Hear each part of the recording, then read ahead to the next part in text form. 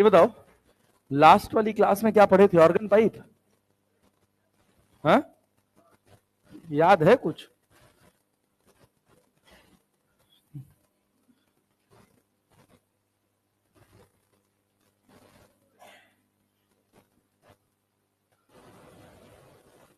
दिखा दो लास्ट वाली क्लास का नोट्स। चलो देखो, तो ये जहां string fixed at both and लिखा होता है, ये रिप्लेस हो जाता है किससे? ऑर्गन पाइप की कौन सी कंडीशन से? बोलो बोलो। Closed, organ pipe closed at both and कि ओपन एट बोथ एंड? मतलब क्लोज्ड एट वन एंड कि ओपन एट बोथ एंड? हाँ, open string fixed at both and का मतलब है क्या? बोलो बोलो, अपने वाले में क्या मतलब है इसका? हाँ, ऑर्गन पाइप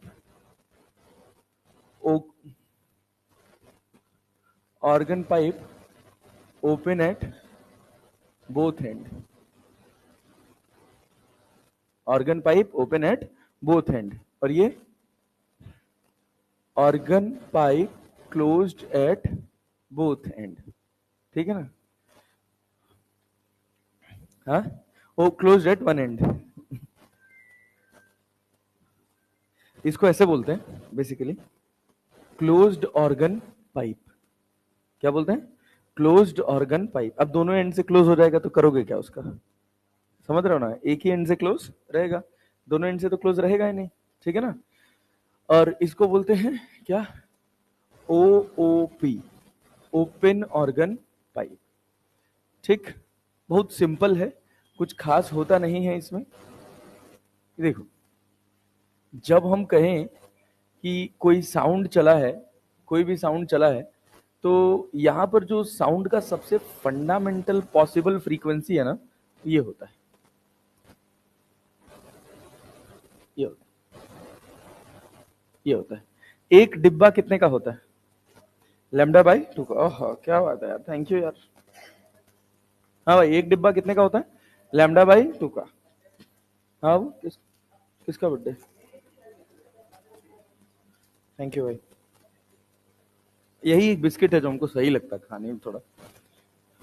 चलो भाई, सुनो यार, सुनो, छोड़ो दुनियादारी, छोड़ो, सिलेबस की बात करते हैं, खत्म करते हैं इसको। आज खत्म करके जाएंगे, ठीक है ना? कुछ बहुत खास है नहीं इसमें, सब फॉर्मूला बेस्ड है पूरा पूरा। हाँ, ये जो दिख रहा है ऐसा कुछ होता नहीं है। जो ऐसे तुम वेव देख रहे हो ना, ये ट्रांसवर्स वेव है। कौन सी वेव है? लेकिन साउंड कैसी है? लॉन्गिट्यूडनल। इसी वजह से इस चैप्टर को एक नीट के बच्चे के लिए समझना मुश्किल हो जाता है, क्योंकि हम इस चैप्टर की वास्तविकता को पढ़ते ही नहीं है, समझते ही नहीं है। सेशन के लास्ट में अगर थोड़ा सा टाइम अपने पास बच गया तो मैं कोशिश करूंगा कि आपको थोड़ी सी फील दिला दूं कि ये जो होता है वो कैसे होता है, और ये जो दिख रहा है ये बहुत बड़ा धोखा है। तो ये जो चैप्टर है ये हमारे लिए इसी वजह से कठिन हो जाता है, क्योंकि इसके बेसिक्स हमको नहीं आते। ट्रांसवर्स वेव में आप नहीं फंसेंगे, क्योंकि उसमें दिखता है कि रस्सी चल रही है, पार्टिकल कैसे ऊपर नीचे जा रहा है। सबसे ज्यादा कठिन कहानी होती है साउंड वेव्स की। और मैं आपको बता दूं, कॉन्सेप्चुअली पूरे फिजिक्स का सबसे कठिन पार्ट है साउंड वेव, सबसे कठिन पार्ट, जिसको रिलेट कर पाना, समझना थोड़ा मुश्किल होता है। बट मैं कोशिश करूंगा at the end of the time. अभी तो सब ट्रांसवर्स वेव की तरह चल रहा है, तो है तो बहुत सिंपल। तो ये बताओ, ये डिब्बा कितने का होगा? लैम्डा बाई 2 का। इसको बोलते हैं फंडामेंटल फ्रीक्वेंसी। जैसे प्रोबेबिलिटी खेलते हैं ना, तो ये वही प्रोबेबिलिटी का गेम है। कुछ पता नहीं कि पहला बन रहा है, दूसरा बन रहा है, तीसरा बन रहा है, कुछ नहीं पता अपने को, ठीक है ना? बस हम ये कर रहे हैं कि एक सीक्वेंस बना रहे हैं कि पहली बार सबसे फंडामेंटल, उसके बाद फंडामेंटल में एक और जोड़ दिया, फिर एक और जोड़ दिया, फिर एक और जोड़ दिया, फिर एक और जोड़ दिया। हमको कुछ फंडामेंटल का ज्ञान है नहीं, हम खाली रिलेटिव ज्ञान कर पाते हैं। एक नोड से दूसरे नोड के बीच का गैप, बस इतने का ही ज्ञान होता है हमको, इससे ज्यादा का ज्ञान नहीं होता है, ठीक है ना? तो अब मान लो हमने कहा कि एक नोड से दूसरे नोड के बीच में एक डिब्बा आ रहा है, क्लैरिटी है? तो हमने इसमें ऐसे खूब सारे एक्सपेरिमेंट परफॉर्म किए और हमने देखा कि हर बार कॉर्नर पर 2 ओपन डिब्बे बन रहे हैं। तो जो सबसे फंडामेंटल होगा वो ये डिब्बा होगा, आधा आधा वाला, ठीक है ना? और उसकी लेंथ कितनी होगी? लैम्डा बाई 2, और ये बराबर है एल के। किसके बराबर है? एल के। अच्छा, हमेशा अपने को फ्रीक्वेंसी पे खेलना है, तो फ्रीक्वेंसी इक्वल्स टू क्या होता है? v by lambda. बेसिक पकड़ के रखो, तो v बाई लैम्डा की जगह क्या लिख सकते हो? 2l। लैम्डा की जगह क्या लिख सकते हो? 2l। इसको बोलते हैं फंडामेंटल फ्रीक्वेंसी। क्लियरिटी है? जैसे ही लैम्डा की जगह क्या लिखे? 2l, ये क्या बन गया? Fundamental frequency. अच्छा, फंडामेंटल फ्रीक्वेंसी को हार्मोनिक बोलते हैं। क्या बोलते हैं? हार्मोनिक। कौन सा हार्मोनिक? फंडामेंटल फ्रीक्वेंसी को अपन बोलते हैं फर्स्ट हार्मोनिक। इसका एक और नाम हो गया अपने पास क्या? First harmonic. अच्छा ठीक है, अगर तुमको F2 लिखना होगा तो अब F2 वाली जो पाइप के अंदर सिचुएशन बनेगी वो कुछ ऐसी बनेगी। ज्यादा बना दी क्या? एक नहीं सही। क्लैरिटी है? कितना डिब्बा आ गया? 2 आया ना? एक डिब्बा इधर और एक डिब्बा इधर, तो ये पूरा कितना हो गया? लैम्डा। कितना हो गया? लैम्डा। लेकिन अपन लैम्डा नहीं लिखेंगे, अपन लिखेंगे 2 लैम्डा बाई 2।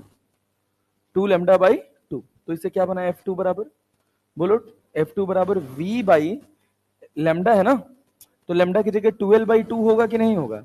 तो 2 कहां चला जाएगा? ऊपर। इसको क्या बोलते हैं? फर्स्ट हार्मोनिक है। हार्मोनिक याद है क्या लिखवाए थे? फंडामेंटल फ्रीक्वेंसी का क्या? Integral multiple. टर्म भी तो याद रखो ना यार, खाली गधा की तरह पढ़ते चले जा रहे हो। फंडामेंटल फ्रीक्वेंसी का इंटीग्रल मल्टीपल। तो फंडामेंटल फ्रीक्वेंसी कितना हो? कहो नेता, ए का कहत रहो बाबू?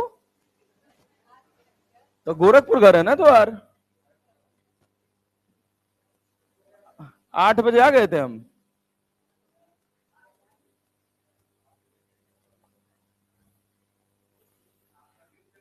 हाँ ना, देखियो सर का कार निकले फिर हम चलते हैं। हाँ भाई, इसको कौन सा हार्मोनिक बोलेंगे? बोलो बोलो, जल्दी बोलो। क्या बोल देंगे भैया? Second harmonic. कौन सा ओवरटोन? कौन सा ओवरटोन? First overtone. हमेशा याद रखना कि जो भी फ्रीक्वेंसी का नंबर होगा ओवरटोन उससे एक कम होगा, जीरो ओवरटोन कुछ होता नहीं। यहां F2 है तो ये क्या होगा? First overtone. अच्छा, इस 2 का इस 2 से कोई लेना देना, ठीक है ना? ये 2 इसके हिसाब से आ रहा है, ठीक है ना? और फ्रीक्वेंसी 1 2 3 अपने नंबर के हिसाब से आ रहा है, ठीक है? तो जब F3 लिखिएगा तो क्या लिखिएगा? थर्ड में। थर्ड वे में क्या होगा? देख रहे हैं?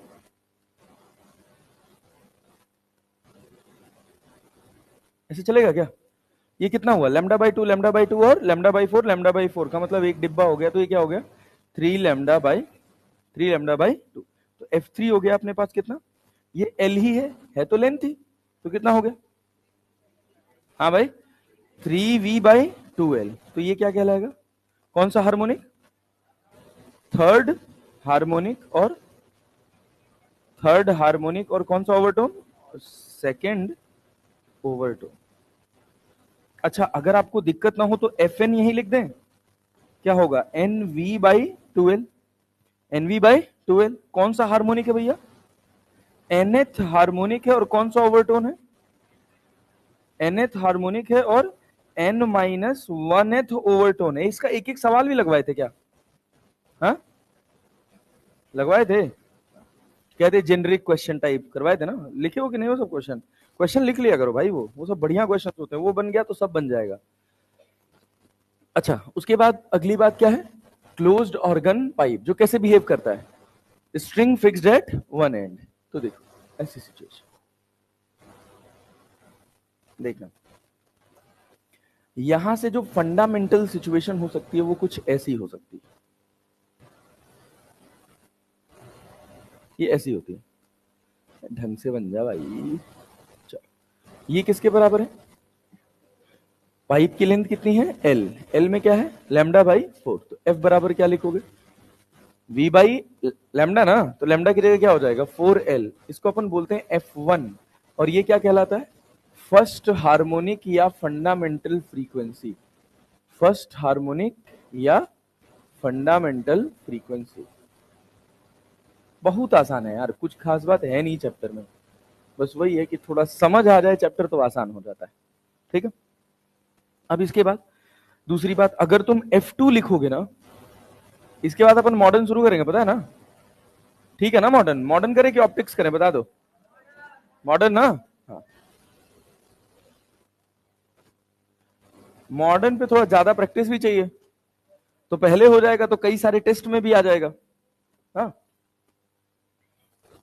चल देखो, तो ये वाला जो लेंथ होगा अब ये कितना होगा, लैम्डा बाई 2 ये और लैम्डा बाई 4 ये, तो कितना हो गया 3 लैम्डा बाई 4 हुआ ना, 3 लैम्डा बाई 4। तो जब मैं F2 लिखूंगा तो F2 बराबर क्या लिखूंगा बताओ, V बाई एल होता है, और L का वैल्यू कितना हो गया 4L बाई 3 लैम्डा का वैल्यू, तो यार 3 ऊपर चला जाएगा। अब इसमें देखो, ये तो तुम्हारा फंडामेंटल था, फंडामेंटल में किस नंबर से मल्टीप्लाई किया, ये कौन सा हार्मोनिक कहलाएगा?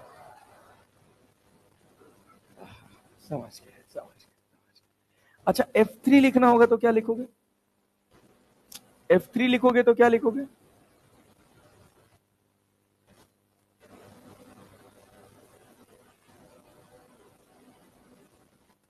हाँ, F3 एक डिब्बा था, एक डिब्बा और है, 2 डिब्बा एक्स्ट्रा गया, एक डिब्बा। ठीक, अब ये कितना हो गया भाई, कितना हो गया, L बराबर कितना 5 लैम्डा बाई 4, तो F3 बराबर अपने पास कितना हो गया 5V बाई 4L, तो इसको कौन सा हार्मोनिक बोलोगे, फिफ्थ हार्मोनिक। Good job.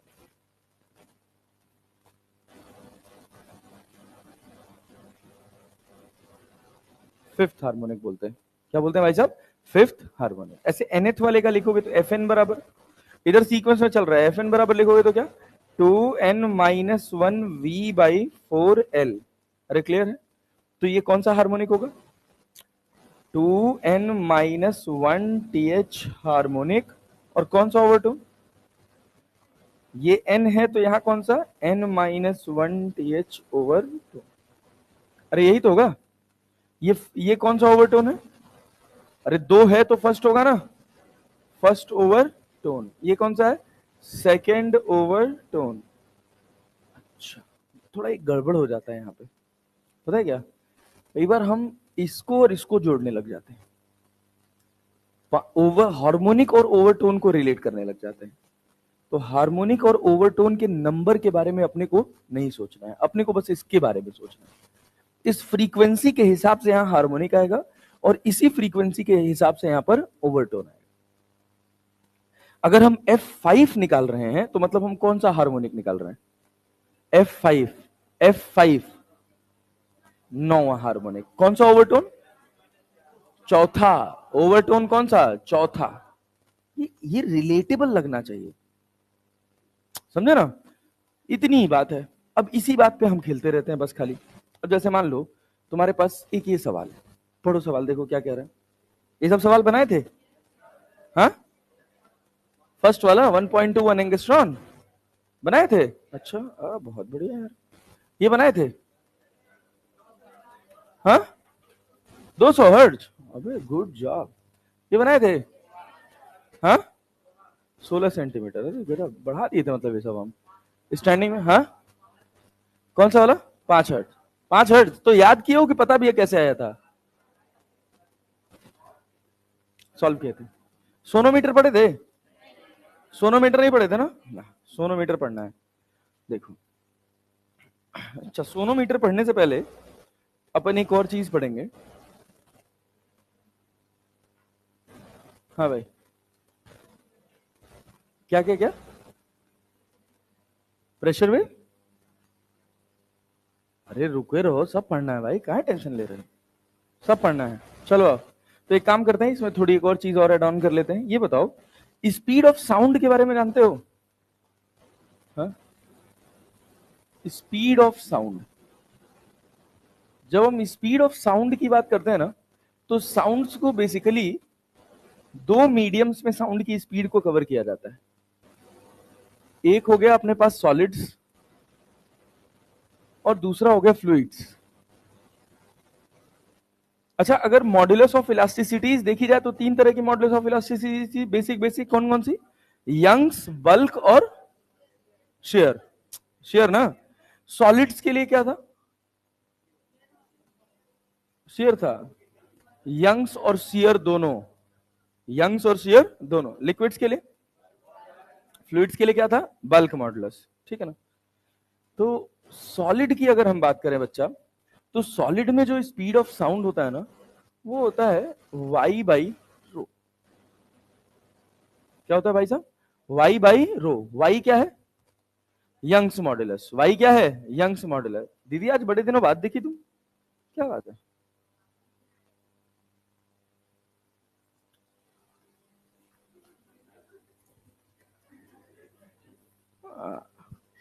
जीवन का सारा ठिकाना मेरे सर पे फोड़ दो। देख बच्चा, इधर देख। फ्लूइड्स की बात करें तो फ्लूइड्स में जो स्पीड ऑफ साउंड हुआ ना, उसको बोला गया बल्क मॉडुलस बाई रो। क्या बोला गया भाई साहब, बल्क मॉडुलस बाई रो। तो ये तो सेट हुआ स्पीड ऑफ साउंड। जो सॉलिड्स में स्पीड ऑफ साउंड था वो तो सही निकल के आया। जब बल्क मॉडुलस की बात हुई, लिक्विड्स की बात हुई, तो देखो क्या होता है कि जब हम सॉलिड्स में साउंड के ट्रांसफर की बात करते हैं, तो हम कैसे ट्रांसफर समझते हैं सॉलिड्स में। तुमको पता है साउंड कंप्रेशन और रेयर फ्रैक्शन में चलता है, ये बात जानते हो। चलो ये भी सीख लो। लो रुको, दिखाई तो पढ़ाई देते हैं, अच्छे से पढ़ना, बस थोड़ा कठिन है, थोड़ा ध्यान से देखना, ठीक है ना। बस थोड़ा सा ध्यान से देखोगे तो तुम्हें थोड़ा फील आ जाएगा, फिर तुम्हारी आगे की चीज बहुत आसान हो जाएगी। ये बताओ, पिस्टन समझते हो, देखना साउंड कैसे ट्रेवल करता है। ये तुम्हारे पास पिस्टन है, ठीक है।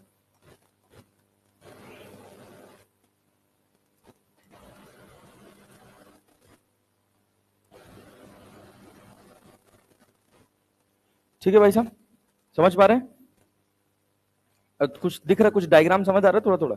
पिस्टन है और एक पाइप है, पिस्टन है और एक पाइप है, ठीक है ना। इस पिस्टन में ऐसे गैस मॉलिक्यूल्स हैं, और ये पिस्टन अभी अपनी न्यूट्रल स्टेट पर है। कहां पर है भाई साहब, न्यूट्रल स्टेट, जिसको जनरली पिस्टन का मीन पोजीशन कहते हैं। क्या बोलते हैं, पिस्टन का मीन पोजीशन, ठीक। ये पिस्टन का मीन पोजीशन है। अब हमने करा क्या, इस पिस्टन को थोड़ा कंप्रेस कर दिया आगे, ठीक है। जब इस पिस्टन को थोड़ा आगे भेजा गया तो क्या देखने को मिला कि जो पार्टिकल्स इस पिस्टन के साथ जुड़े हुए थे, वो ऑल ऑफ सडन कंप्रेस हो गए।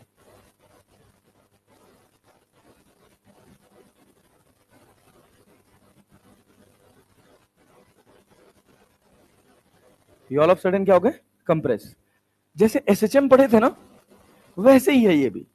जो साउंड वेव अपने को पढ़ना है, वो sound wave simple harmonic wave ही है, वो कोई नई चीज नहीं, कोई दूसरी चीज नहीं है। बस यहाँ थोड़ा सा कंफ्यूजन कई बार हमारे पास इस वजह से हो जाता है कि हम देखते हैं कि जिस डायरेक्शन में हम चल रहे हैं, पार्टिकल चल रहा है, उसी डायरेक्शन में साउंड भी चल रहा है।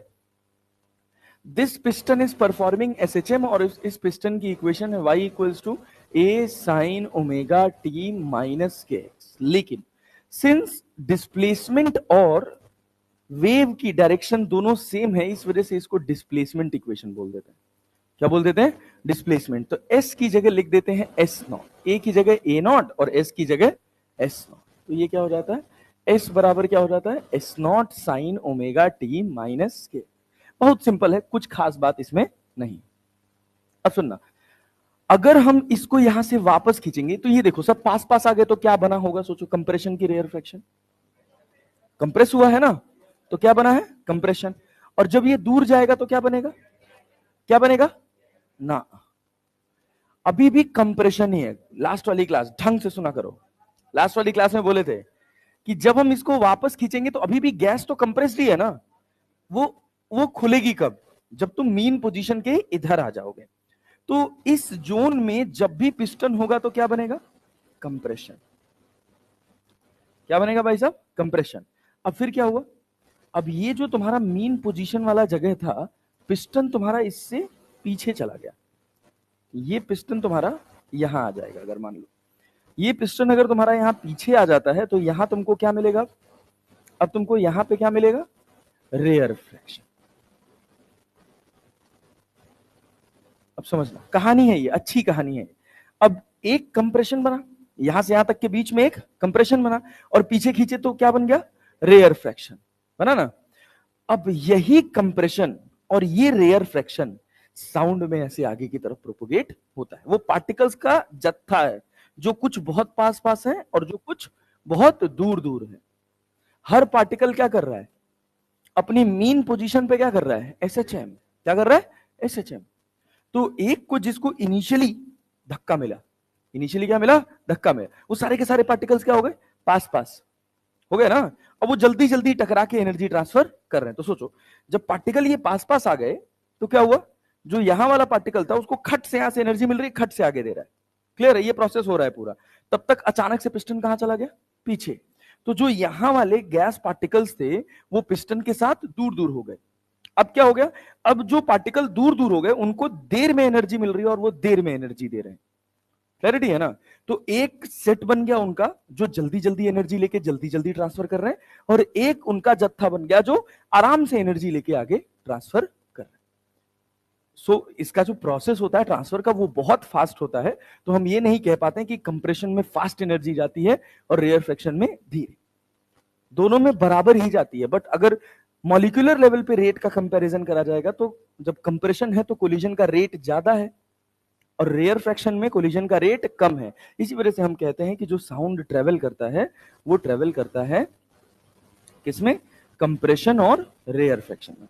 जब मीन पोजीशन के जस्ट आगे जाओगे राइट साइड तो क्या बनाओगे, एक सेट बनाओगे किसका, कंप्रेशन का। और जब मीन पोजीशन से पीछे जाओगे तो क्या बनाओगे, एक सेट बनाओगे किसका, रेयर फ्रैक्शन का। और ये ऐसे एसएचएम चलता रहेगा, कंप्रेशन रेयर फ्रैक्शन के फॉर्म में वेव दौड़ती रहेगी। यहां पर बनेगा तुम्हारे पास क्या, रेयर फ्रैक्शन। ठीक है, अब सुनना, अब देखो मेन ज्ञान यहां पर है। ये पार्टिकल क्या परफॉर्म कर रहा था, एसएचएम। अब देखो यहां से हमको एक्स डिस्टेंस पर एक पार्टिकल मिला है और ये पार्टिकल एसएचएम परफॉर्म कर रहा है। ये पार्टिकल क्या परफॉर्म कर रहा है, एसएचएम। अगर ये particle simple harmonic motion perform कर रहा है तो क्या कर रहा है, जो पिस्टन कुछ समय पहले कर रहा था वो ये पार्टिकल अभी कर रहा है, कर रहा है ना। पिस्टन से लेकर यहां तक जाने में कितना समय लगा होगा एनर्जी को, पिस्टन ने ही तो एनर्जी दी है, कितना समय लगा होगा, एक्स बाई वी। तो जो ये पार्टिकल किसी टी टाइम पे कर रहा होगा ये पिस्टन कितनी देर पहले कर चुका होगा, t minus x by v, t minus x by v. समझ रहे हो। तो जो इस पार्टिकल का एस होगा, ध्यान से देखना, वो एस यहां से है, वो एस यहां से है। किसी टी टाइम पे पार्टिकल कहीं आगे होगा कि नहीं होगा, ये पार्टिकल की कौन सी पोजीशन है, मीन पोजीशन। एक्स जहां मार्क करते हो वो पार्टिकल की कौन सी पोजीशन होती है, तुम याद करो ट्रांसवर्स में तुम क्या करते थे, एक्स पे जाकर एक पॉइंट मानते थे वाई एक्स कॉमा टी। जब तुम एक्स को फिक्स कर दिए तो क्या पार्टिकल की मीन पोजीशन फिक्स हो गई और उसी में वो क्या परफॉर्म कर रहा है, एसएचएम। वैसे अगर मुझे इस पार्टिकल का ज्ञान चाहिए तो क्या मेरा, मुझे इसको इसका एक्स फिक्स करना पड़ेगा। एक्स क्या है, एक्स क्या है, distance of particle, particle from कहां से, फ्रॉम मीन पोजीशन,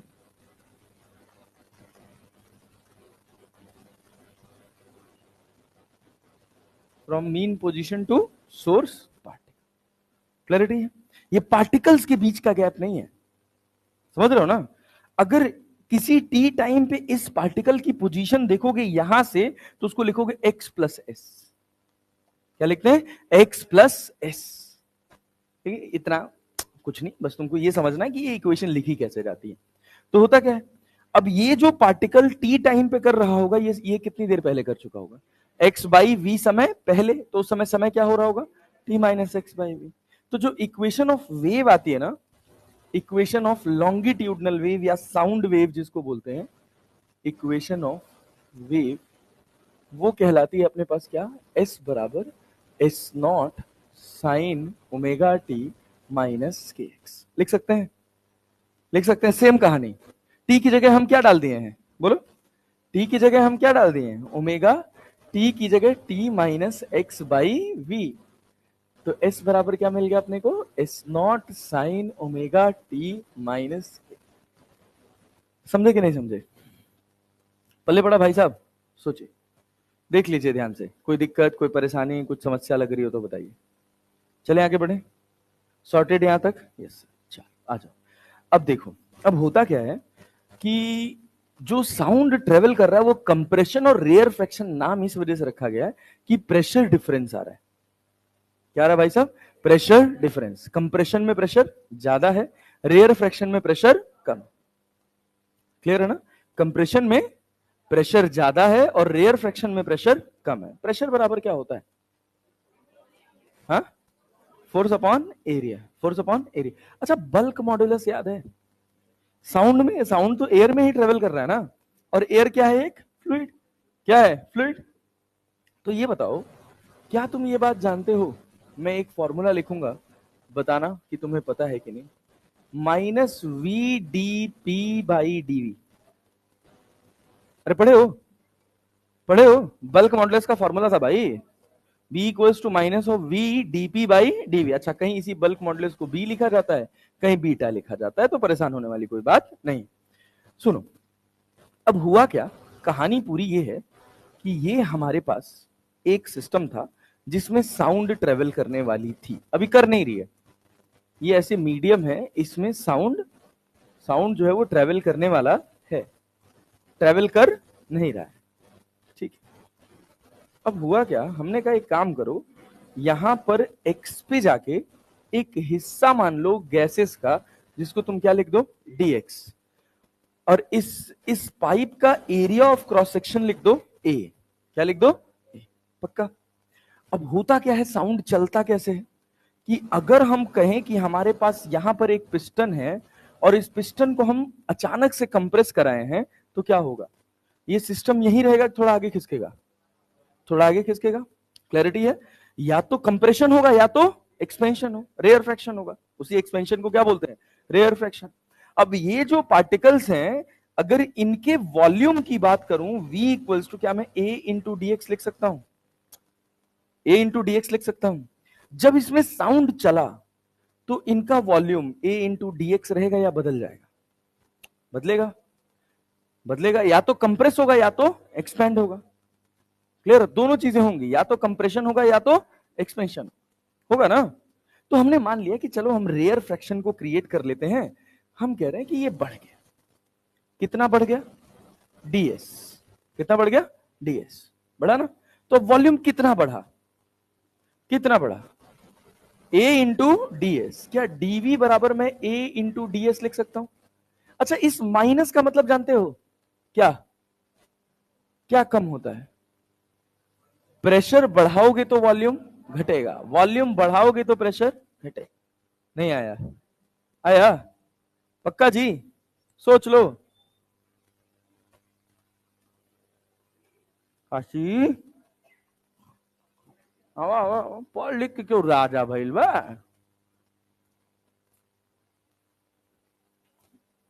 बोलो, कुछ समझ समझ आओ था कि हम ही पढ़ रहे हैं बस? हाँ, आओ तो है।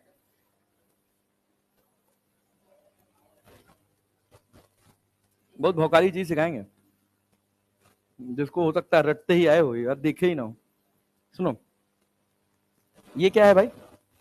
एक्स्ट्रा वॉल्यूम है, जो किसकी वजह से आया है? कंप्रेशन या रेयर फ्रैक्शन। किसकी वजह से? कंप्रेशन या रेयर फ्रैक्शन। पक्का बात समझ रहे हो? तो सोचो, क्या मैं dv बराबर a इंटू ds लिखा हूं? अब कंप्रेशन रेयर फ्रैक्शन बन रहा है, पहले ऐसे गैस थी ना? गैस थी ना? सोचो, कंप्रेशन में क्या पार्टिकल्स पास पास आ जा रहे हैं, और रेयर फ्रैक्शन में क्या पार्टिकल्स दूर दूर चले जा रहे हैं। तो कंप्रेशन में प्रेशर ज्यादा, तो रेयर फ्रैक्शन में प्रेशर, तो कंप्रेशन और रेयर फ्रैक्शन के बीच में प्रेशर डिफरेंस है कि नहीं है? अरे है ना? उसी डेल्टा पी की अपन बात करने वाले हैं। तो यहां से अगर हम डेल्टा पी लिखें तो क्या लिखेंगे? डेल्टा पी बराबर, बोलो जरा, तो क्या लिखोगे डेल्टा पी बराबर?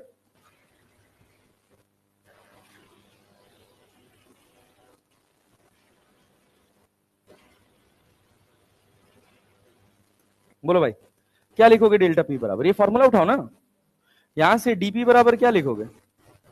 बोलो, minus of B DV by v. कोई बुराई? कोई बुराई नहीं। मैं इससे आसान नहीं बना सकता।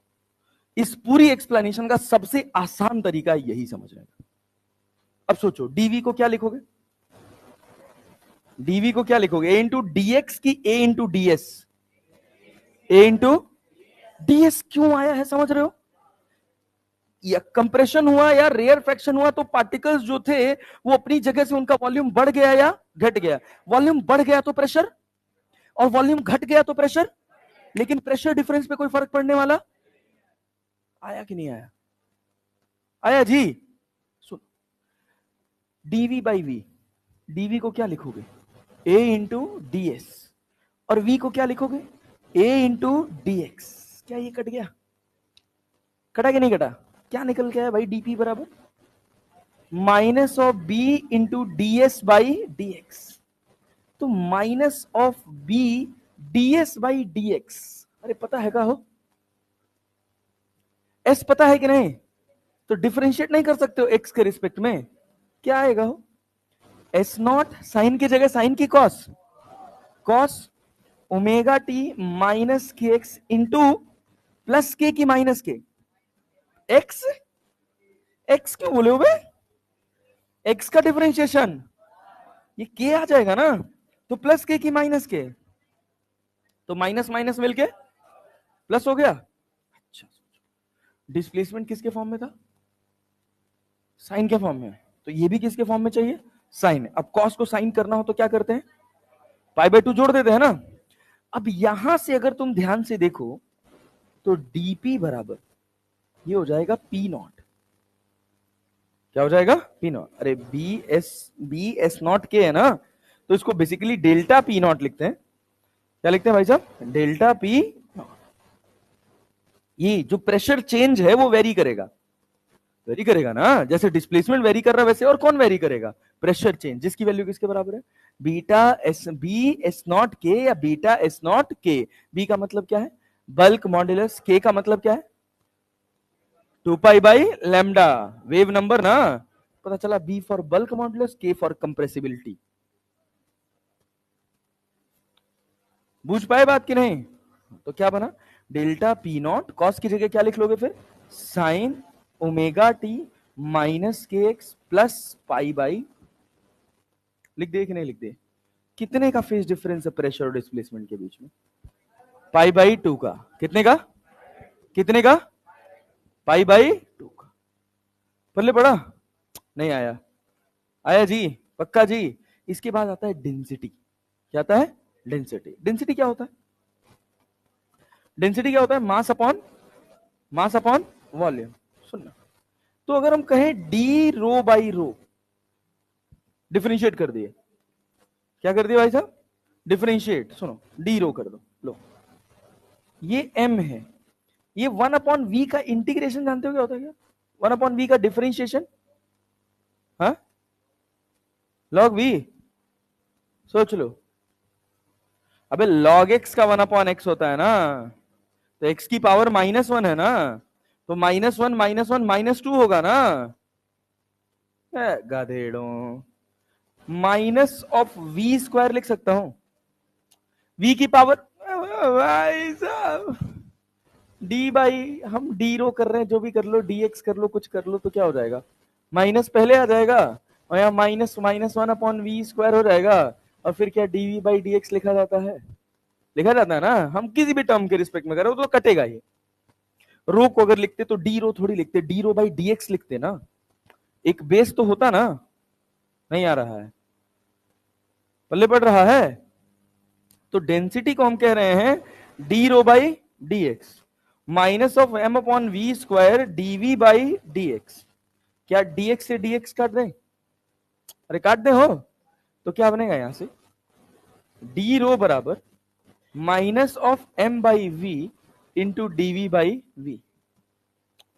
समझे कि नहीं? मास अपॉन वॉल्यूम क्या हो गया? क्या हो गया? डेंसिटी। तो डी रो बाई रो बराबर क्या डीवी बाई वी लिख सकते हैं माइनस साइन के साथ? लिख सकते हैं। और फिर डीवी बाई वी को क्या लिख सकते हो? लिख सकते हो कि नहीं? क्या हो गया भाई? Minus of D S by D x. नहीं आया? आया हो? पता नहीं क्या चल रहा है ये सब, इतना गणित, ये तो हम सपने में भी नहीं सोचे थे। पल्ले पड़ा? अभी देखो बहुत आसान है, सुनो देखो, अब जब इसी को तुम दोबारा देखोगे ना तो ये तुम्हारे लिए बहुत सिंपल हो जाएगा। इसी वजह से हर चीज को जो भारी लगे उसको एक दो बार एक्स्ट्रा टाइम देख लेना चाहिए। देखो सुनना, क्या पढ़े हैं हम अभी तक? बताओ कैसे वेव प्रोपोगेट करती है, यही तो पढ़ रहे हैं। अरे यही तो पढ़ रहे हैं ना भाई। चलो देखो, बताओ फिर से बताओ, ये बताओ, ये बताओ कि साउंड कंप्रेशन रेयर फ्रैक्शन में कैसे आगे जा रहा है, क्या ये बात क्लियर है? सोच के, झूठ मत बोलना भाई। साउंड कंप्रेशन और रेयर फ्रैक्शन में आगे जा रहा है, कैसे, किसकी वजह से? कौन सिंपल हार्मोनिक मोशन कर रहा है? पिस्टन। कौन कर रहा है? तो पिस्टन से जुड़े पार्टिकल्स क्या सोर्स पार्टिकल कहलाएंगे? अब ये आगे पीछे एसएचएम परफॉर्म करने, तो जब ये आगे है तो क्या बना रहा है? कंप्रेशन। मीन पोजीशन के पीछे है तो मतलब एक सेट बन गया जिसमें पार्टिकल्स पास पास हैं, और एक सेट बन गया जिसमें पार्टिकल्स दूर दूर हैं। प्रेशर ज्यादा किस में होगा? जब पार्टिकल्स पास पास होंगे। अरे होंगे ना। तो डिस्प्लेसमेंट कहां ज्यादा होगा? जब पार्टिकल्स पास पास होंगे, या जब प्रेशर या जब दूर दूर होंगे? दूर दूर होंगे। समझना, यही तो लॉजिक है, सारा खेल ही यहीं पे है। ये जो पाई/2 का फेज डिफरेंस देखने को मिल रहा है ना, मिला ना प्रेशर में, क्यों मिला समझो। जब पास पास हैं तो डिस्प्लेसमेंट ज्यादा हो रहा है कि कम? कम। उस समय प्रेशर ज्यादा है ना। हमने कहा कि every particle is performing SHM, सबका एम्पलीट्यूड एस नॉट ही है, बस एक साथ नहीं कर रहे हैं, अलग अलग समय पे कर रहे हैं। तो जो ये पार्टिकल पी टी टाइम पे करेगा, source particle t minus x by v time पे करेगा। अब ये तो रट जाना चाहिए, इतनी बार ये सुने, ठीक है ना। तो हम कह रहे हैं कि अगर हम डिस्प्लेसमेंट इक्वेशन लिख रहे हैं, क्या एस बराबर क्या लिख रहे हैं? S naught sine omega T minus के एक्स लिखे ना। अब हमको चाहिए क्या? एक जगह प्रेशर ज्यादा है और एक जगह प्रेशर कम है। प्रेशर कहां ज्यादा है, कम कहां है ना। तो हमने कहा हमको चाहिए प्रेशर। क्या चाहिए? प्रेशर। तो हमने कहा भैया जब ये कंप्रेशन रेयर फ्रैक्शन बनने से पहले की सिचुएशन थी ना, तो जो गैस पार्टिकल्स थे वो मौज कर रहे थे, आराम से चल रहे थे। कितने डिस्टेंस में थे? dx डिस्टेंस में। एरिया ऑफ क्रॉस सेक्शन कितना था? a। लेकिन जैसे ही पिस्टन ने आगे से पुश किया इसको, क्या हुआ? ये यहीं रह गए या थोड़ा फैल गए? जरूरी है कि फैलेंगे ही? कंप्रेस भी तो हो सकते हैं। डिपेंड करता है कि इनको कंप्रेशन मिला है कि रेयर फ्रैक्शन। बात समझे कि नहीं? अगर ये फैलेंगे तो प्रेशर घटेगा, अगर ये पास पास आएंगे तो प्रेशर, बस यही है। तो अपन क्या कहें कि पहले वॉल्यूम कितना था? a इंटू डी एक्स, फिर बढ़ कितना गया? a into D S. अरे बढ़ा कि नहीं बढ़ा? आया नहीं बे तुम लोगों को? तो ये क्या है? dv। अरे है ना। और हम बल्क मॉड्यूलस बराबर क्या जानते हैं? Minus of v d p by d. तो dp बराबर क्या लिखोगे? b माइनस में dv by v, minus of b dv की जगह क्या लिख लें? a इंटू डी एस, और यहाँ a इंटू डी एक्स। उसके बाद डिफरेंशिएट ही तो किए हैं। तो dp बराबर क्या हो गया? Delta p naught. Delta p naught is the difference of pressure between compression and rarefaction. ये है मैक्सिमम कंप्रेशन। क्या है? उसके बाद भी कंप्रेशन रहेगा, रहेगा कि नहीं रहेगा? लेकिन मैक्सिमम नहीं रहेगा। उसके बाद जब ये अपने एक्सट्रीम पर जाएगा तो क्या रेयर फ्रैक्शन बनेगा? That is the maximum rarefaction. तो मैक्सिमम कंप्रेशन और मैक्सिमम रेयर फ्रैक्शन के बीच का जो प्रेशर डिफरेंस है वो क्या है? Delta P not. अरे है कि नहीं? आता नहीं है वे तुम लोगों को, कुछ नहीं आता वे। तो यहां पे क्या लिखोगे? डीपी बराबर बोलो ds by minus of beta minus of b ds by dx है ना। तो minus of b ds by dx किए तो क्या मिला? एस नॉट यहां हो गया प्लस यहां हो गया k, और साइन की जगह क्या हो गया? कॉस ओमेगा टी माइनस के, कॉस ओमेगा टी माइनस के एक्स। और कॉस को अंदर ले जाओगे तो dp बराबर हो जाएगा dp naught sine omega T minus के X plus pi by two. अरे क्लियर है? तो डिस्प्लेसमेंट वेव में एआईपीएमटी में सवाल पूछा गया था, तुम्हारे से भी पूछा जा सकता है। सिंपल सवाल पूछा था कि डिस्प्लेसमेंट वेव में और प्रेशर वेव में कितने का फेज डिफरेंस होता है? पाई by to. Pi by to, ठीक है ना? एक ऑप्शन। और दूसरा ऑप्शन पूछा था कि जो मैक्सिमम प्रेशर डिफरेंस होगा वो क्या होगा। तो चार ऑप्शंस दिए थे और लिखा था A and B is correct. आता था ना पहले एआईपीएमटी में, याद है? A and B is correct, B and C is correct, C and D is correct, A and D is correct. ऐसे चार ऑप्शंस बने थे, समझे? तो ऐसे सिंपल सवाल बनते हैं। तो बी एस नॉट के को तुम क्या बोलोगे? Delta P not, delta P not. अरे क्लियर है क्या? ये मैक्सिमम कंप्रेशन और मैक्सिमम रेयर फ्रैक्शन के बीच का गैप है। अरे नहीं आया भैया, आया पक्का? Yes sir. अब हम बात करते हैं डेंसिटी का। किसका बात करते हैं? डेंसिटी क्या होता है? Mass upon volume. Mass upon, हम क्या इसको डिफरेंशिएट कर दो तो डी रो बराबर minus of m by v square into d v. Clear है?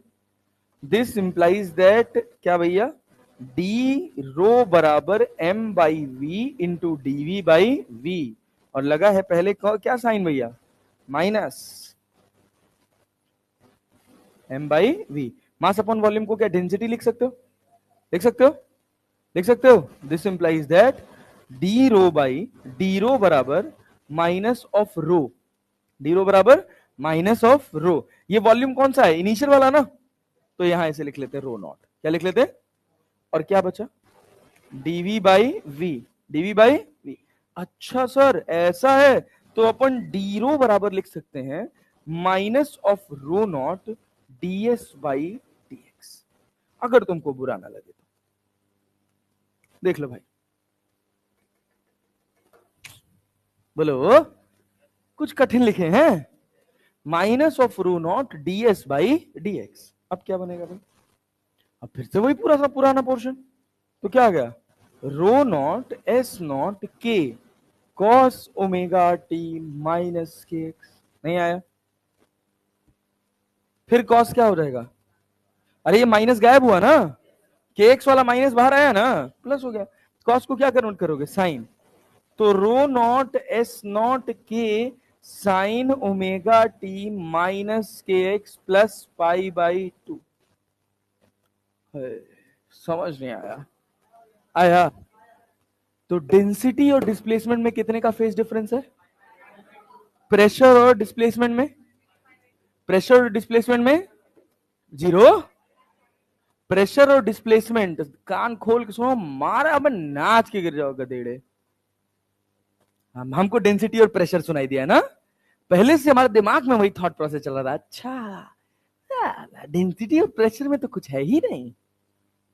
ऑब्वियस सी बात है यार, तुम खुद सोचो ना, जब प्रेशर बढ़ेगा तो डेंसिटी कम होगी। वाह वाह आंटी, बहुत बढ़िया, गुड जॉब। प्रेशर बढ़ेगा तो वॉल्यूम, प्रेशर बढ़ेगा तो वॉल्यूम, वॉल्यूम कम होगा तो डेंसिटी बढ़ेगा। तो प्रेशर बढ़ेगा तो डेंसिटी, हाँ हमको तो लग रहा था कम होगा। प्रेशर बढ़ेगा तो डेंसिटी बढ़ेगी, कोई फेज डिफरेंस नहीं। प्रेशर घटेगा तो डेंसिटी घटेगी। डेंसिटी कहां ज्यादा है, कंप्रेशन में कि रेयरफेक्शन में? कंप्रेशन में। प्रेशर कहां ज्यादा है, कंप्रेशन में। डिस्प्लेसमेंट कहां ज्यादा है, रेयर फ्रैक्शन में। This is the feel of this sound wave propagation. थोड़ी मरोड़ी फील है, मतलब इसको इतना आसान बनाने की कोशिश करी गई है मेरे द्वारा। अब हाँ भाई क्या कह रहा? अच्छा भाई, दाढ़ी वाड़ी बढ़ गया है यार, कल बहुत मार, कल बहुत मार खाए घर में भाई, ग्राउंड पे। अरे दूसरे मैच में हम थक गए थे भाई, पहले मैच में तुम थे नहीं ना भाई। हम, तुम लोग कहाँ देखे? ये कहाँ थे? पहला मैच हुआ, बॉलिंग करने गए, 5 विकेट लिए थे, 9 रन दे के।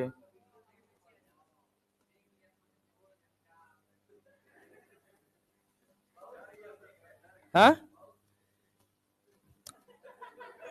यही तो ब्यूटी है, वही तो ब्यूटी है। जब तुमको लगेगा ना कि बहुत स्लो आ रही है, झम से निकलेगी विकेट लेके। कौन जर्क मारता है? हम हम हम तुमको बताएं, कल हमारी बहस हो गई एक बात को लेके। जानते हो किस बात को लेके?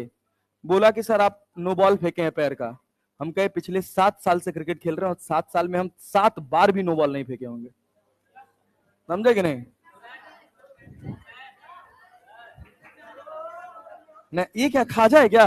अरे यार क्या बात है भाई। अभी इसको ना यार, इसको ना इसको ना दूध में डाल के खाने में बड़ा मजा आता है। बहुत मस्त लगता है। ट्रेविस हेड यार, क्या क्या स्कोर चल रहा है यार? थोड़ा थोड़ा आराम आराम से। हाँ, इंडिया ऑल आउट। क्या है? पकौड़ी?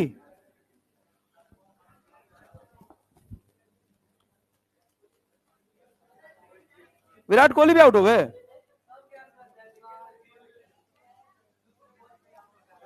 केएल राहुल, ऋषभ पंत। ए साले, अरे वो हम कल पिच देख के समझ गए थे। इतनी हरी हरी पिच थी। हाँ, क्या चीज? तो भाई इंडियन बॉलर कौन है? एक जसप्रीत बुमराह।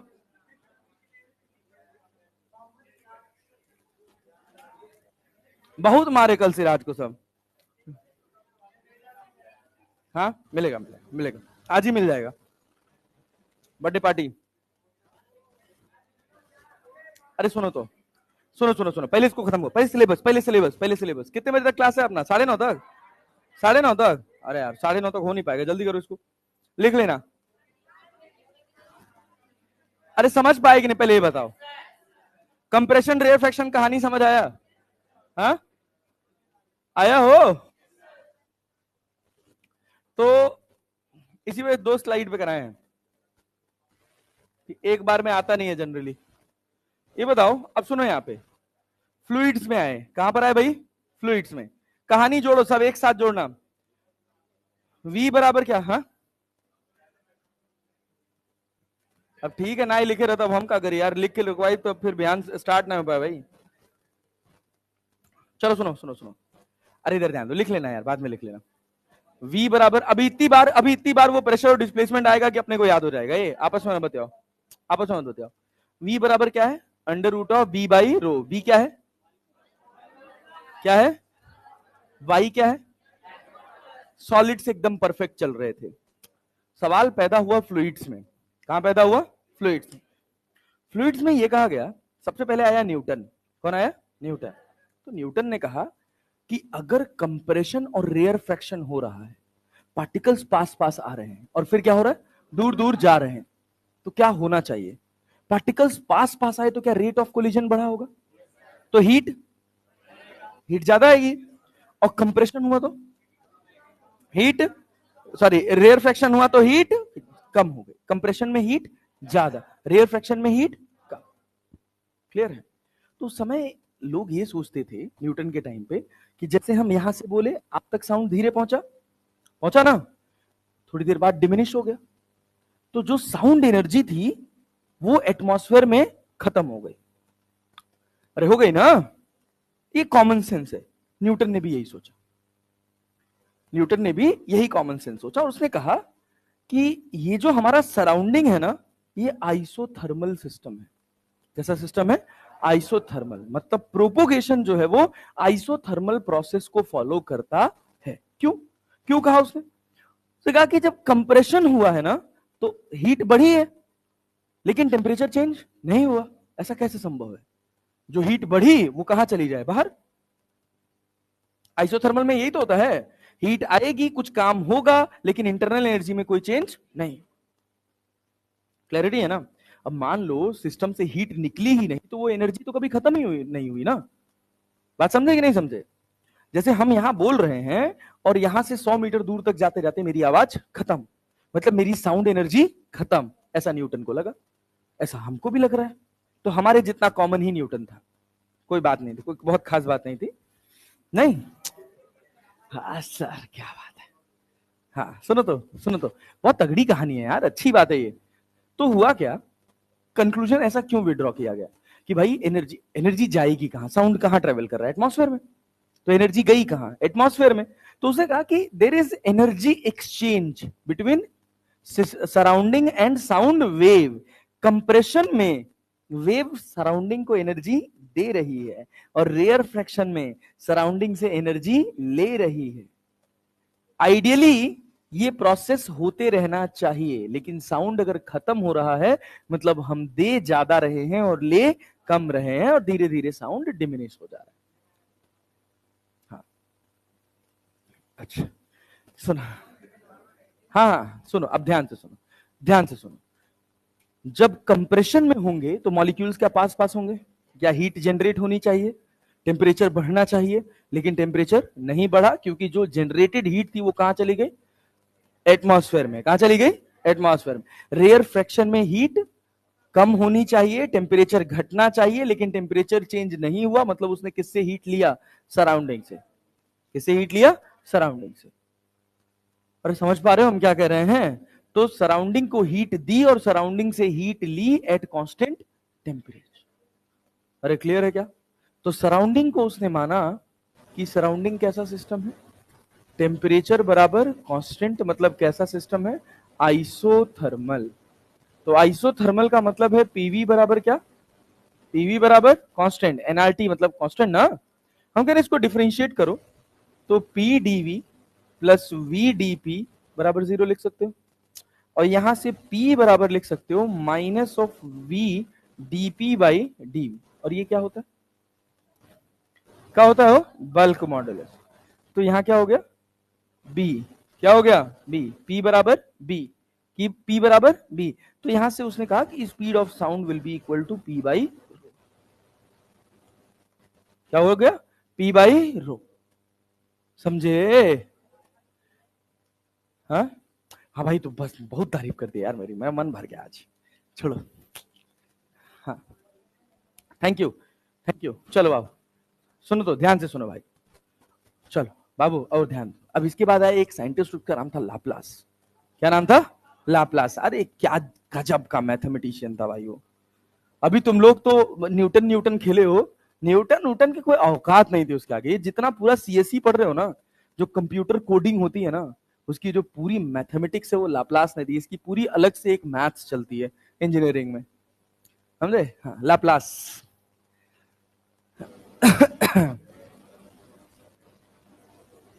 ठीक है ना। लाप्लास इसको बोलते हैं, लाप्लास करेक्शन। न्यूटन में उसने करेक्शन किया, क्या कहा, उसने कहा कि उसने, अच्छा तुमने कभी वो वाली मूवी देखी है, क्या बोलते हैं, कोई मिल गया, देखा है। उसमें एक कंप्यूटर होता है जो ओम का साउंड करता है और फिर उसको वापस साउंड सुनने को मिलता है, मिलता है ना। तो उसमें बात से बिल्कुल वो सब फिजिक्स है। तो हुआ क्या, ऐसा कहा गया कि जैसे हम कोई साउंड वेव इस मीडियम में छोड़ दिए हैं, उसकी इंटेंसिटी कम हो गई, वो हमको सुनाई नहीं दे रही, लेकिन वो सिस्टम से गायब नहीं हुआ। If there is any device, समझ रहे हो, अगर दुनिया में कोई भी ऐसी डिवाइस है जो साउंड को क्या कर सके, रिट्राइव कर सके, तो आज आप बोल दिए हैं आपका साउंड 1000 साल बाद भी जिस फॉर्म में है उसी फॉर्म में रहेगा। हाँ लाप्लास, मतलब बहुत सारी कहानी है। जैसे हम क्या करते हैं, हम सड़क जो होती है, सड़क के किनारे पेड़ लगाते हैं, बड़े बड़े पेड़ लगाते हैं, क्यों लगाते हैं, नॉइज कैंसिलेशन के लिए, कि जो साउंड हो वो वहीं रह जाए, वो बाहर ना जाए। अब तुम एक बार हॉर्न पी बजा दिए, साउंड तो खत्म हो गया, बजने के बाद तो खत्म हो गया, तुम्हारे लिए खत्म हो गया, तुम्हारे लिए खत्म हो गया साउंड। बहुत सारे लोग हैं जो बहुत सेंसिटिव हैं, जो बहुत छोटी फ्रीक्वेंसी के साउंड को भी सुन सकते हैं, समझे ना। तो उनके लिए वो दिक्कत की बात है, समझ रहे हो ना। उनको बिना मतलब का नॉइज सुनाई दे रहा है, जो तुम्हें नहीं सुनाई दे रहा वो उनको सुनाई दे रहा है। मतलब एनर्जी, साउंड एनर्जी कभी खत्म नहीं हो। यूनिवर्स का भी अपना एक साउंड है, स्पेस का भी एक अपना साउंड है। जो बिग बैंग हुआ था, उस बिग बैंग में जो साउंड निकला था, वो साउंड आज भी यूनिवर्स में प्रेजेंट है। उसी साउंड को ओम बोलते हैं। समझे? This kind of vibration is there. हाँ, एग्जैक्टली। हाँ, इसीलिए इसीलिए कहा जाता है वो वाइब्रेशनल साउंड है, इसीलिए कहा जाता है। बहुत सारे साइंटिस्ट ऐसा मानते हैं कि अगर हमको यूनिवर्स का साउंड सुनाई दे रहा है तो कैसे सुनाई दे रहा है? ऐसे थोड़ी है कि तुम स्पेस में खड़े होकर सुन रहे हो ना।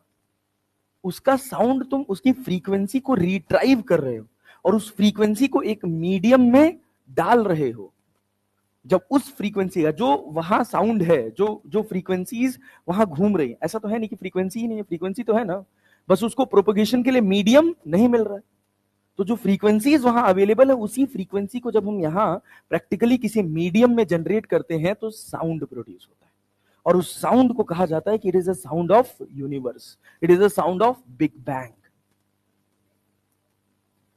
हाँ बिल्कुल, सर्च करो ना, इंटरनेट पे सर्च करो, सब मिलेगा। हाँ, वही वही जो भी क्रिएशन हो रहा है। ब्लैक होल कैसे बनता है? दो स्टार्स के कोलिजन की वजह से। समझे ना?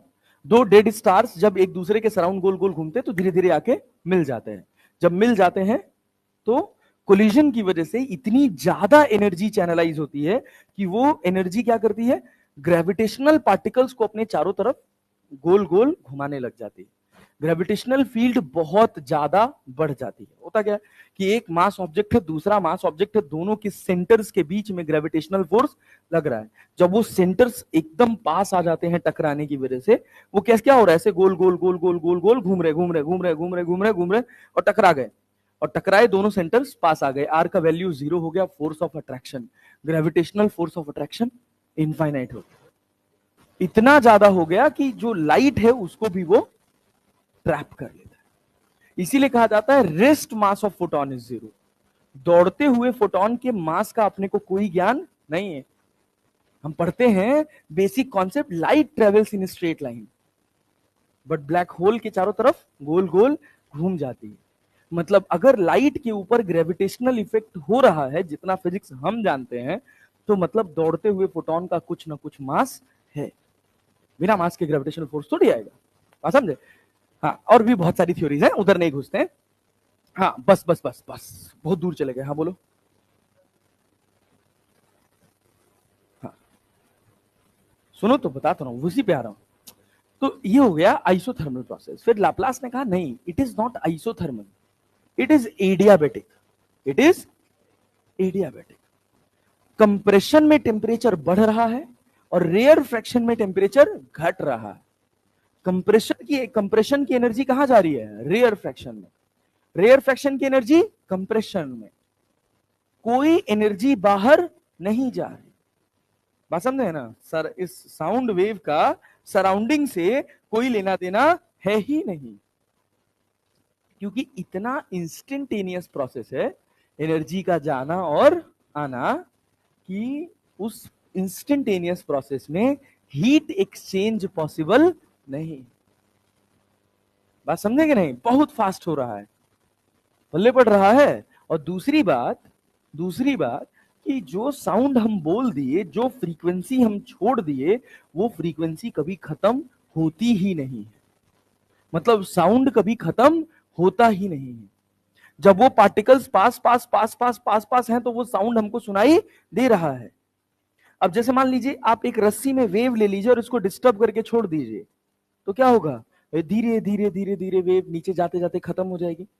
आइडियली वो खत्म होती ही नहीं है, इनफाइनाइट तक चलती रहती है। बात समझे ना? हो क्या रहा है, मॉलिक्यूलर डिस्टरबेंस इनफाइनाइट समय तक अवेलेबल है आइडियली, लेकिन बहुत सारे रेजिस्टेंसेस हैं इस बीच में जो रस्सी को शांत कर देते हैं। बात समझे ना? वही सेम गेम साउंड के साथ है। पार्टिकल्स इतने दूर दूर हो जाते हैं कि जो साउंड की इंटेंसिटी है वो घट जाती है, लेकिन जो फ्रीक्वेंसी है वो नहीं चेंज होगी ना भाई। वो फ्रीक्वेंसी तो यूनिवर्स में अवेलेबल ही रहेगी। अरे क्लियर है? इसी को बोलते हैं नॉइज पोल्यूशन। एक बार हॉर्न बजा के छोड़ दिए तो वही नॉइज पोल्यूशन नहीं है, उसकी जो फालतू की फ्रीक्वेंसीज हैं वो तुम्हें भले ही ना डिस्टर्ब करें, लेकिन जो बहुत छोटे लोग हैं, बहुत छोटे जानवर हैं, जो बहुत कम फ्रीक्वेंसी पर अपने चलने की दिशा निर्धारित करते हैं, उनके लिए वो रास्ता खोने का मार्ग बन जाता है। बात समझे ना? सुपर पोजिशन की वजह से, जिसका अब आगे चल के नाम दिया जाता है इंटरफेरेंस। तो ये इतनी दमदार फिजिक्स है। लाप्लास आया, इसने क्या कहा? आइसोथर्मल प्रोसेस है, टेम्परेचर कांस्टेंट है, हीट एक्सचेंज हो रहा है।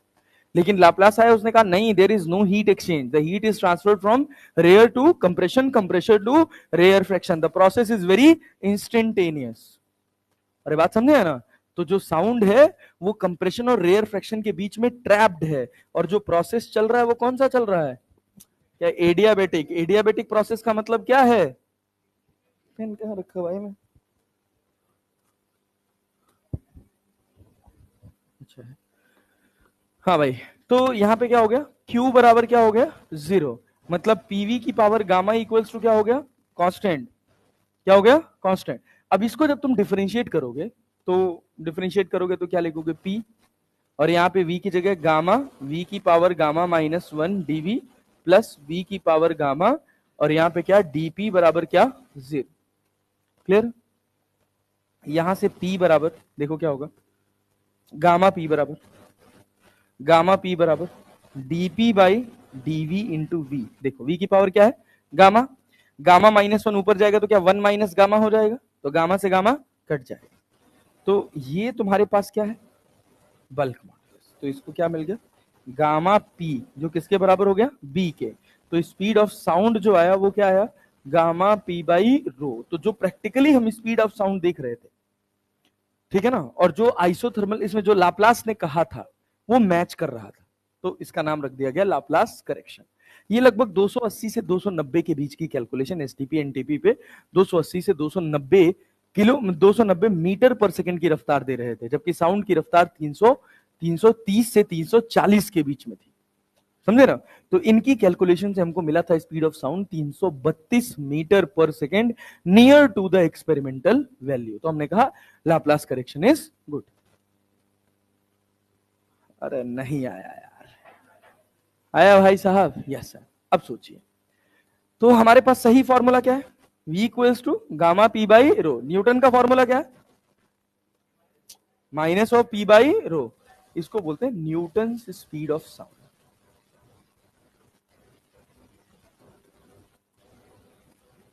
न्यूटन ने क्या कहा कि एटमॉस्फेयर कैसा है?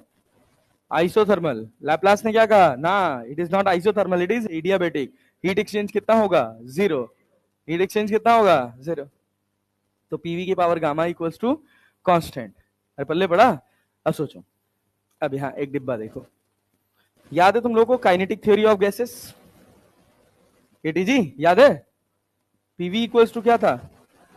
N r t. तो पी इक्वल्स टू एन की जगह क्या लिख सकते थे? Mass of gas upon molar mass into v into r t. तो ये एम बाई वी को क्या डेंसिटी लिखते हैं? R T. अरे ठीक है ना? तो P बाई रो बराबर क्या? Are T by M not. अरे क्लियर है? और इसको क्या के टी बाई एम लिख सकते हैं? एम क्या है? मास ऑफ गैस की mass of each molecule? Mass of gas, mass of each molecule. अरे क्लियर है?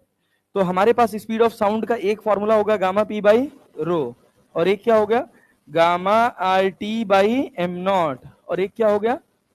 Gamma K T by small M. आया? आया? तो देखो आज हम बहुत भारी भारी चीज पढ़े। क्या क्या? सबसे पहला तो ये, अरे क्लियर है? जब हम पार्टिकल को डिस्प्लेस करा रहे हैं, कैसे साउंड प्रोपोगेट कर रहा है, क्या ये बात समझ आ रही? एक पिस्टन लिया, पिस्टन को कंप्रेस किया तो क्या कंप्रेशन बना? मीन पोजीशन के आगे रहोगे तो क्या बनेगा? कंप्रेशन। मीन पोजीशन के पीछे जाओगे तो रेयर फ्रैक्शन। कंप्रेशन में पार्टिकल्स पास पास, कंप्रेशन में डिस्प्लेसमेंट, कंप्रेशन में डिस्प्लेसमेंट कम, कंप्रेशन में डिस्प्लेसमेंट, रेयर फ्रैक्शन में पार्टिकल्स दूर दूर, तो डिस्प्लेसमेंट ज्यादा। अरे क्लियर है? क्या क्या डिस्प्लेसमेंट का इक्वेशन लिख सकते हैं? क्या लिखोगे? एस बराबर S naught sine omega T minus के एक्स। कोई भी पार्टिकल जो टी टाइम पे कर रहा होगा, क्या source particle t minus x by v time पर कर रहा होगा। अरे समझे कि नहीं समझे? पक्का जी? Yes sir. क्लियर है? यस। अब उसके बाद हम कहे कि अच्छा चलो ठीक है, देखते हैं क्या होता है पार्टिकल्स का प्रेशर के साथ। किसके साथ भाई साहब? प्रेशर के साथ। तो अगर हम प्रेशर के साथ की बात करेंगे तो प्रेशर के साथ अपने को क्या मिला कि एक कोई पार्टिकल था, खूब सारे पार्टिकल्स थे ना। अभी इसके अंदर कोई साउंड ट्रेवल नहीं कर रहा था। जब इसको साउंड मिलेगा तो या ये कंप्रेशन में जाएंगे, या तो कंप्रेशन में या तो रेयर फ्रैक्शन में। जब कंप्रेशन में जाएंगे तो इनका वॉल्यूम घटेगा, घटेगा ना। और रेयर फ्रैक्शन में जाएंगे तो वॉल्यूम, हमने कहा वॉल्यूम कितना बढ़ गया, ए इंटू डी एस। जिस जिस पाइप में बह रहे हैं उस पाइप का एरिया ऑफ क्रॉस सेक्शन कितना है, ए। तो हमने कहा कितना बढ़ गया है, ए इंटू डी एस। इनिशियली था कितना, v इंटू वी बराबर ए इंटू डी एक्स, क्योंकि हमने ये इतना वॉल्यूम चुना था, इतने ही गैस वॉल्यूम्स को हमने चुना था। अगर ये गैस वॉल्यूम्स कंप्रेशन में गए, कहां गए, कंप्रेशन में, तो वॉल्यूम घटेगा, डीवी घट जाएगा। और अगर ये रेयर फ्रैक्शन में गए तो डीवी, समझ पा रहे हो? पक्का ना? क्लियर है? यस, बढ़िया। तो अपने को करना क्या है भाई, सिंपल। क्योंकि साउंड कहां ट्रेवल कर रहा है, मीडियम में, तो क्या बल्क मॉडुलस आना चाहिए। तो बल्क मॉडुलस बराबर हमने लिखा minus of v d p by dv. हमको चाहिए था प्रेशर डिफरेंस, क्या चाहिए था, क्योंकि कंप्रेशन में प्रेशर ज्यादा और रेयर फ्रैक्शन में प्रेशर कम, मतलब प्रेशर डिफरेंस क्रिएट हो रहा है। तो भाई अब अपने को वो प्रेशर डिफरेंस चाहिए, तो हमने डीपी बराबर लिखा minus of beta D V by V, या minus of V minus of B DV by V. Volume में कितना चेंज हुआ, ए इंटू डीएस ना। और वॉल्यूम पहले था कितना, क्या वैल्यू रख दी हमने, क्या,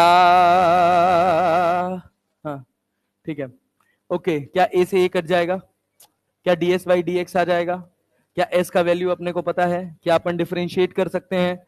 तो डीपी बराबर beta K S naught, beta K S naught sine omega T minus के X plus pi by to.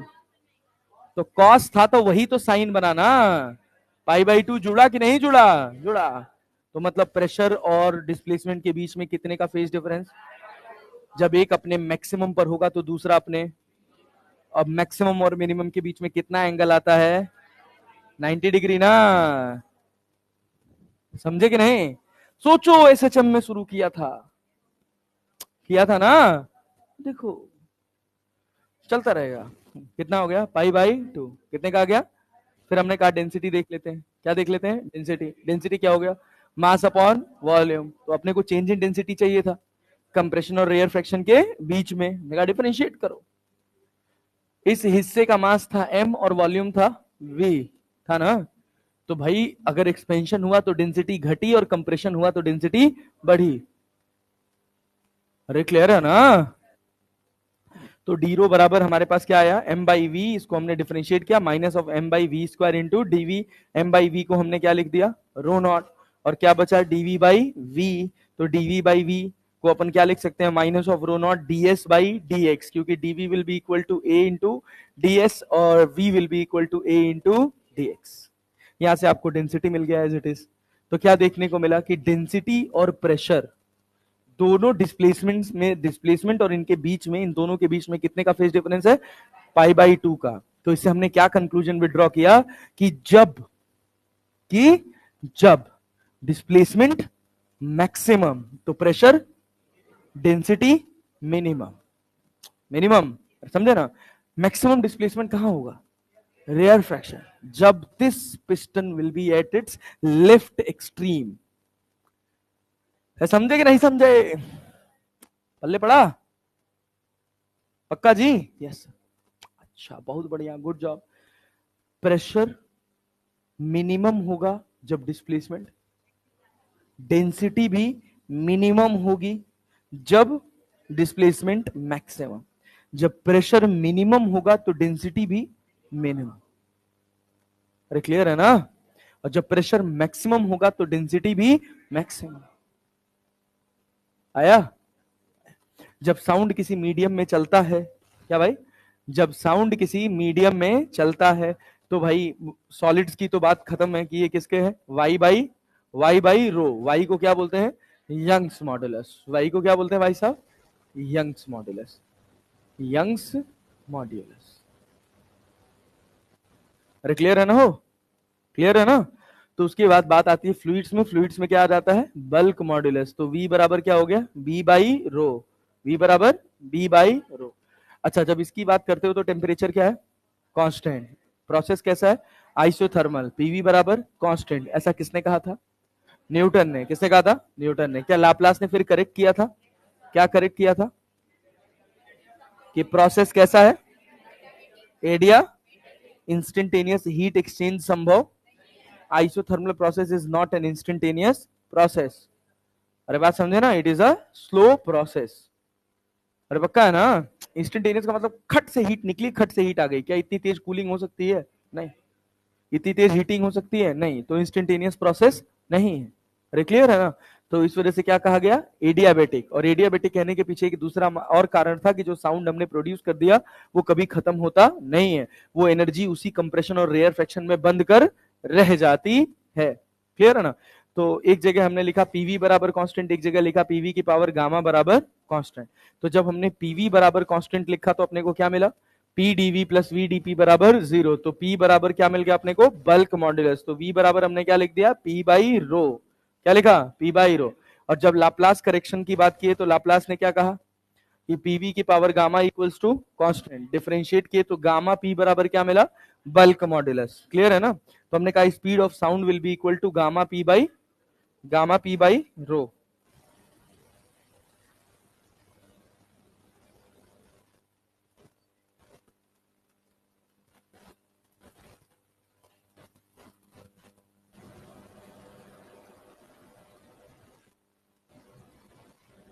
बात समझ रहे हो ना, एरो बना दिया। तो इसके बाद यहाँ आ गए तो v बराबर अपने पास क्या हो गया, gamma p by row. P by रो की जगह क्या लिख सकते हैं, पी बाई रो की जगह क्या लिख सकते हैं, R T by M naught या के टी बाई एम। तो under root of gamma R T by M naught या equal to under root of gamma K T by M. समझे कि नहीं। अब इससे सवाल पूछ सकता है स्पीड ऑफ साउंड, तो अपने को घबराना नहीं है, सोच लेना है तुरंत कि ये केटीजी में भी था। अरे क्लियर है ना, था ना। अरे यार नहीं आ रहा है, अरे जी यस सर। चलो, तो जनरली हमारे एटमॉस्फेयर में कौन सी गैस है, सबसे ज्यादा कौन सी गैस है, mono die ट्राया, monoatomic diatomic triatomic, diatomic. क्या, डाइएटॉमिक। डाइएटॉमिक में गामा की वैल्यू कितनी होती है, गामा 7/5, 7/5। अरे क्लियर है,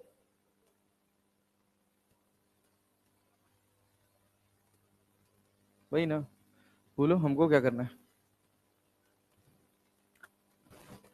अब इसके बाद की कहानी, क्या यहां तक मोटा मोटा सारा हिसाब किताब समझ आया। अब सोचो, अब आ जाओ फिर से वहीं, कौन सा, कहाँ गया अपना ऑर्गन पाइप। इधर देखो, ऑर्गन पाइप कहाँ रहा, ऊपर है ना, ऊपर है ना। इसको नीचे ले आते हैं पहले, तब इसमें समझते हैं।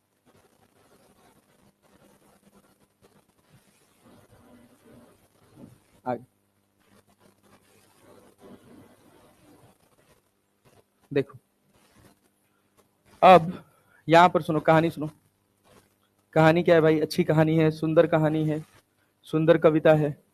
देखो, तुम क्या पढ़े हो अभी, क्या पढ़े हो भाई, कि अगर अपने पास ओपन पाइप है, कैसी पाइप है, ओपन पाइप। ओपन पाइप में, ओपन ऑर्गन पाइप में जो फंडामेंटल वेव बनी थी, क्या ऐसे बनी थी, ये किसकी इक्वेशन है, डिस्प्लेसमेंट की प्रेशर की। अरे भाई डिस्प्लेसमेंट एक्स लेमडा लिखे हो ना यार, क्या लिखे हो, एक्स बराबर एल बराबर क्या लिखे हो, एल बराबर क्या λ/2 लिखे हो ना। अबे लेंथ लिख रहे हो तो ऑब्वियस सी बात है डिस्प्लेसमेंट है ना, है ना। तो इसका जब प्रेशर लिखोगे तो क्या लिखोगे, सोचो। जब डिस्प्लेसमेंट मैक्सिमम है तो प्रेशर, अरे होगा ना, यस सर। तो प्रेशर होगा मिनिमम और वेव बनेगी प्रेशर वेव, इसको बोलते हैं प्रेशर वेव। अरे क्लियर है, इसको क्या बोलते हैं, डिस्प्लेसमेंट वेव, इसको बोलते हैं प्रेशर वेव, पीडब्ल्यू। एक को बोलते हैं डिस्प्लेसमेंट वेव और एक को क्या बोलते हैं, प्रेशर वेव। अब सोचो, अगर मान लो हम बात कर रहे होते, अरे कर रहे हैं, क्या हो गया, ये कौन सी वेव है, डिस्प्ले एल बराबर कितना, 2 लैम्डा बाई 2, 2 लैम्डा बाई 2 भाई, lambda by 2, lambda by 4, lambda by 4, 2 lambda by 2 हुआ ना, ये क्या हो गया, डिस्प्लेसमेंट वेव। तो प्रेशर वेव क्या होगा,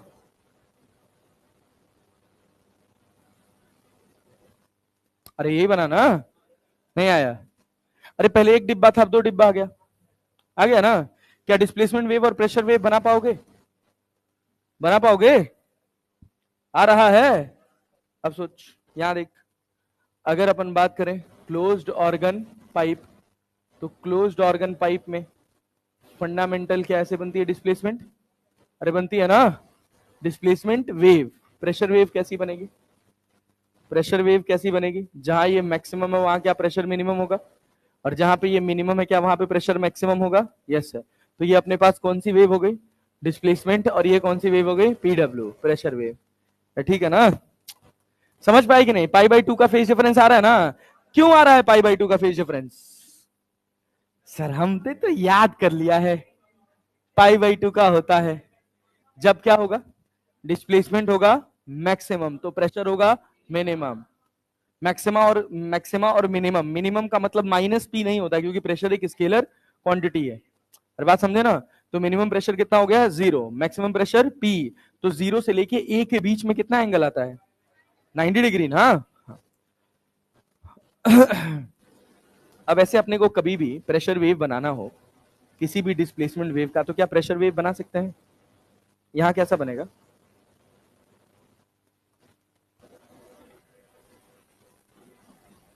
ऐसा बनेगा, कौन सा प्रेशर वेव है, ऊपर वाला कि नीचे वाला, नीचे वाला, पक्का जी, हाँ हाँ ना। अब यहाँ पे एक जबरदस्त चीज देखने को मिलेगी, ये क्या है भाई, ये डिस्प्लेसमेंट वेव, और ये कौन सा वेव है, प्रेशर। ये बताओ ये कैसे बिहेव कर रहा है, ये मीडियम कैसे बिहेव कर रहा है, अच्छा सॉरी, ये दीवार क्या करा रही है, गैसेस को कंप्रेस करा रही है कि एक्सपेंड, क्या करा रही है, कंप्रेस करा रही है ना।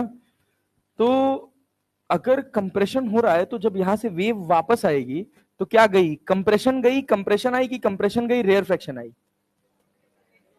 कंप्रेशन गई और कंप्रेशन है, बस रेयर फ्रैक्शन कैसे भाई गधेड़े, जाने वाले पर प्रेशर कितना है, मतलब प्रेशर कितना है पी, आने वाले पर भी प्रेशर कितना है पी, प्रेशर चेंज हो गया, तो कंप्रेशन गया तो क्या आया, आया ना, आया ना, आया ना। तो ये दीवार जो है कैसे कैसे बिहेव करेगी, फिक्स्ड एंड या फ्री एंड, क्या बात समझे कि नहीं, पल्ले पड़ा कि नहीं पल्ले पड़ा, कैसे बिहेव करेगी, फिक्स्ड एंड, फिक्स्ड एंड ना। तो होता क्या है कि जब 90 डिग्री का फेज पलट के आते हैं तो अंदर वाले मीडियम को नाम देते हैं रेयरर और बाहर वाले मीडियम को denser.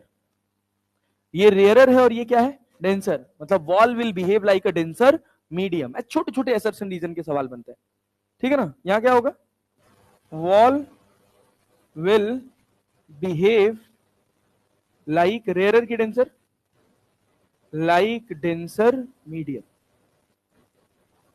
Wall will behave like denser medium, समझे कि नहीं, नहीं आया, आया। अच्छा सोचो यहां पे सोचो तो, गया और आया, क्या गया, कंप्रेशन गया कि रेयर फ्रैक्शन, क्या गया, आया क्या, रेयर फ्रैक्शन आया क्या। तो ये मीडियम कैसा होगा, ये मीडियम डेंसर की रेयर, डेंसर की रेयर, डेंसर की रेयर, रेयर, रेयर। यहां भर भर के लोग गलती कर, पता ही नहीं होता ऐसा कुछ, एक में लग रहा है अच्छा अच्छा, फील कैसे आता है थोड़ा थोड़ा थोड़ा थोड़ा, कि यहां तो पाइप बंद है, यहां तो पाइप बंद है, तो क्या हुआ, कंप्रेशन, क्या आया, कंप्रेशन। यहां पाइप खुला है इस वजह से क्या आया, रेयर फ्रैक्शन। तो जो कंप्रेस किया है वो डेंसर है और जो एक्सपेंड किया है वो क्या है, रेयरर है। ये धारणा गलत है। अभी आप क्या पढ़े हैं? जो जाए अगर वही आए तो क्या होगा? डेंसर। क्या होगा? ये थोड़ी कंपलसरी है कि कंप्रेशन जाए या रेयर फ्रैक्शन जाए। अगर रेयर फ्रैक्शन गया है तो रेयर फ्रैक्शन आना चाहिए, कंप्रेशन गया है तो कंप्रेशन आना चाहिए। बात समझे कि नहीं? अब आप खुद सोचिए, यहां पार्टिकल्स की रफ्तार है कि नहीं है? दौड़ रहे हैं ना पार्टिकल्स, और यहां एटमॉस्फेयर है। अरे है कि नहीं है? पल्ले पड़ रहा है ना? यहां पर पार्टिकल्स दौड़ रहे हैं, यहां पे एटमॉस्फेयर है, एटमॉस्फेयर का प्रेशर पी नॉट है। प्रेशर कब ज्यादा होगा? जब पार्टिकल्स रेस्ट में होंगे या दौड़ रहे होंगे। कभी ट्रेन की पटरी किनारे खड़े हुए हो? कहा जाता दूर हो जाइए जब ट्रेन आए तो, वरना खींच लेगी अपनी तरफ। कहा जाता है ना? कहे जहां आप खड़े हैं वहां गैस रुकी हुई है, और जब अचानक से हवा निकलेगी तो यहां प्रेशर बढ़ जाएगा कि कम हो जाएगा? कम हो जाएगा, तभी तो खींच लेगा आपको अपनी तरफ। यहां आपके पीठ के पीछे प्रेशर ज्यादा है और पीठ के सामने पेट पे प्रेशर, क्योंकि पार्टिकल्स ऐसे पास किए हैं ना, तो यहां प्रेशर कम और यहां प्रेशर खट से आप हायर प्रेशर के लोअर प्रेशर की तरफ गिर जाएंगे। कॉमन सेंस है ही नहीं यार, तुम गधेड़े हो बे एकदम से, खच्चर गएंगे। सोच, यहाँ के पार्टिकल्स रुके हुए हैं कि नहीं रुके हुए हैं? रुके हुए हैं ना। और यहाँ के पार्टिकल्स दौड़ रहे हैं। यहाँ के पार्टिकल्स रुके हैं और यहाँ के पार्टिकल्स दौड़ रहे हैं। यहाँ प्रेशर ज्यादा होगा, यहाँ प्रेशर कम होगा। ये डेंसर मीडियम है और ये रेयरर मीडियम है। यहां भी ये डेंसर है और ये क्या है? रेयरर है। यहाँ कंप्रेशन गया, कंप्रेशन आया, रेयर फ्रैक्शन गया, रेयर फ्रैक्शन आया। रे आया कि नहीं आया? पल्स जा रही है ऐसे और आ भी रही है ऐसे, पलट के ही तो आ रही है ना। आ रही है ना? कौन पलटता है? दीवार की फ्री एंड फिक्स्ड एंड? कौन? Fixed and.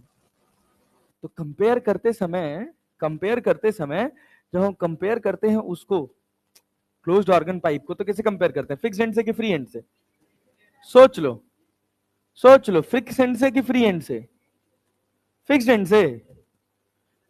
अरे स्ट्रिंग पढ़े थे ना, स्ट्रिंग पढ़े थे ना, fixed at one and and free at one and. One and में, फ्री एट वन एंड वाले में फॉर्मूला आया था, और ये वाला कब आया था? Fixed at both the ends. अरे आया था ना, आया था ना। फ्री एंड वाले में क्या हो रहा था? जो गया एज इट इज वापस आया, क्या पलट के वापस आया? नहीं। यहां जो जाएगा वो पलट के वापस आए। क्लैरिटी है ना? जैसे हम जा रहे थे, हम दीवार से टकराए और टकरा के वापस, हम जा रहे हैं, जा रहे हैं, एयर पार्टिकल्स की एक लेयर है, वो भी एक बाउंड्री है।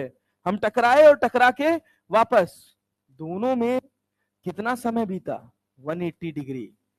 खट से आपको दोनों बार 180 डिग्री आगे कर दे रहा है, तभी है ना। तो ऐसा कुछ होता थोड़ी है भाई, साउंड कैसे चल रहा है?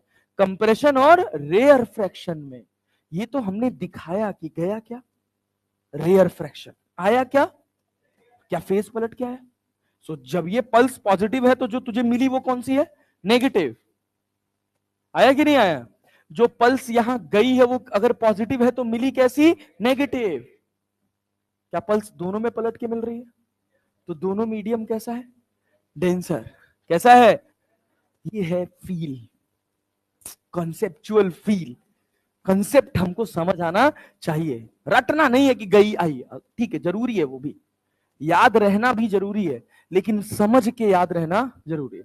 छोटा सा एसर्शन रीजन पूछेगा कि यहां प्रेशर 0 है कि नहीं है? अरे है ना। यहां भी प्रेशर क्या है? 0 है। यहां प्रेशर क्या है बताओ? यहां देखो, डिस्प्लेसमेंट क्या है? मैक्सिमम। क्या है? मैक्सिमम। यहां भी डिस्प्लेसमेंट क्या है? मैक्सिमम। यहां डिस्प्लेसमेंट मैक्सिमम है और प्रेशर 0 है। क्यों? क्यों? क्योंकि दोनों के बीच में कितने का फेज डिफरेंस है? क्यों है π/2 का फेज डिफरेंस? क्योंकि जब डिस्प्लेसमेंट मैक्सिमम होगा तो पार्टिकल्स दूर दूर होंगे तो प्रेशर मिनिमम होगा। बात समझे है कि नहीं? पल्ले पड़ रहा है? अब जो हम चीजों को लॉजिकली जोड़ पाते हैं तो हम अपने असर्शन रीजन को सही कर पाते हैं। 90% ऑफ द टाइम हमारे असर्शन रीजन गलत होने का कारण ही यही होता है कि हमको कॉन्सेप्ट ही नहीं पता, हम तो फॉर्मूला रखे हैं और फॉर्मूले में वैल्यू रखे हैं। मतलब मैं देखा हूं पढ़ते पढ़ाते टाइम ये, अच्छा अगर हम थोड़ा भी ध्यान से सोचें तो इस पूरे हिस्से में ऐसी कोई बड़ी बात नहीं है जो हम एक बार में ना समझ सके अगर दिमाग खोल के बैठे हैं तो। और हमको बस इतनी सी बात पता है कि बल्क मॉडुलस नाम की चीज VdP/dV होती है। हमको कंप्रेशन और रेयर फ्रैक्शन समझ आया तो इसमें ऐसी कोई बड़ी बात नहीं है जो हम ना सीख सके। लेकिन फिर भी हम बहुत बड़ी गलती करते हैं। ये है डिस्प्लेसमेंट इक्वेशन, ये है प्रेशर इक्वेशन, और दोनों के बीच में π/2 का फेज डिफरेंस होता है। याद कर लो। क्लैरिटी है? तो वहां क्या होगा कि जब एसर्शन रीजन बन के आएगा तो फिर आपसे सवाल गलत होगा, होगा ना? तो अब ये बताइए, जो दीवाल है, जो क्लोज्ड ऑर्गन पाइप है और जो ओपन ऑर्गन पाइप है, तो क्लोज्ड एंड भी कैसे बिहेव कर रहा है? Denser medium. और ओपन एंड भी कैसे बिहेव कर रहा है?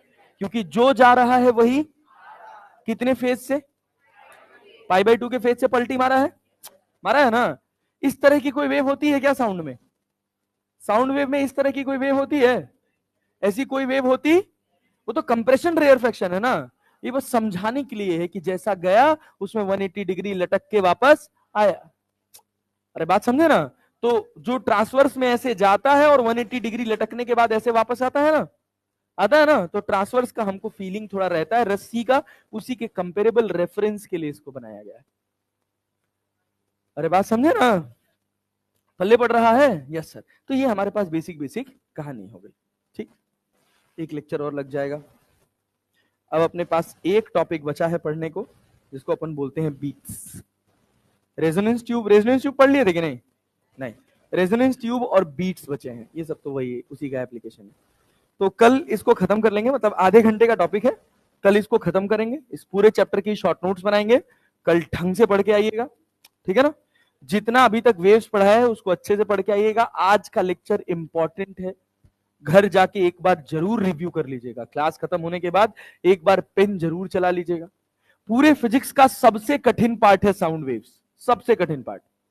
अगर ये हो गया मामला सेट, ठीक है ना? चलिए, तो मिलते हैं अगली क्लास में।